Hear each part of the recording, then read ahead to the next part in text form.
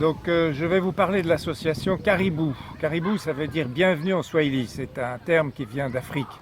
Et depuis 42 ans, nous accueillons bénévolement des familles qui sont sans logement dans les Hauts-de-Seine, à Meudon. Donc c'est une longue histoire et 270 personnes ont pu être hébergées ainsi, avec pour beaucoup d'entre elles un accès au logement social par la suite. La durée moyenne d'attente dans les Hauts-de-Seine, c'est 32 mois pour avoir accédé au logement social. Et nous réussissons à diviser par deux ce délai grâce à nos partenariats et à la dynamisation des familles. Il faut savoir que les Hauts-de-Seine, c'est 100 000 demandeurs de logement social annuels, c'est le chiffre 2016, et qu'on a à côté, on a construit 3 400 logements sociaux. Donc on est au cœur, à l'épicentre de la crise du logement social en France. Et que même si c'est tout petit, Caribou a la capacité d'accueil de 5 familles, c'est important. Alors, il s'est trouvé que depuis 2 ans, notre propriétaire, nous ne sommes que locataires, notre propriétaire a décidé de réhabiliter, ce qui est très bien, et de nous chasser, nous faire partir pour faire cette réhabilitation. Ce qu'on peut comprendre, à condition qu'on ne détruise pas notre projet. Or, il s'est trouvé que l'administration, après nous avoir soutenus pendant 9 mois, nous a dit en février, c'est fini, il faut partir. Heureusement, il faut savoir que ce type d'établissement agréé a quand même des protections juridiques par le code de la famille et qu'on ne peut pas virer les gens comme ça, il faut qu'ils soient relogés. Alors on nous a proposé de nous reloger. Bon, c'était un progrès, mais ça cassait toujours le projet associatif. Donc on a fait une grande mobilisation et on a eu la chance extraordinaire de trouver beaucoup d'appuis, dont CAC, mais bien d'autres appuis, dont le maire de Meudon qui s'est engagé publiquement à nos côtés et d'autres, des inspecteurs généraux des affaires sociales et des gens comme ça.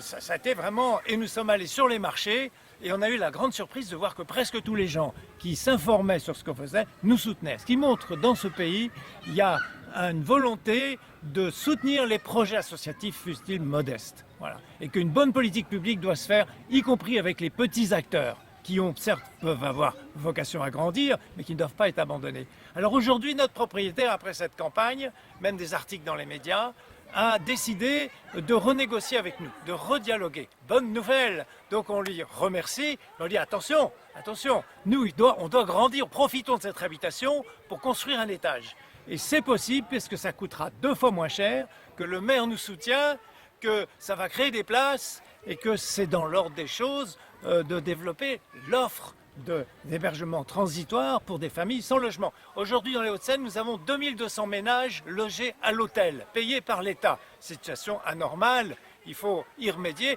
on y veut y contribuer à notre modeste part, mais nous sommes très déterminés. Et on veut rétablir un vrai dialogue jusqu'au bout et avec une sortie technique de ce dialogue pour qu'on sache exactement qu'est-ce qui va nous arriver. Voilà à peu près pour résumer.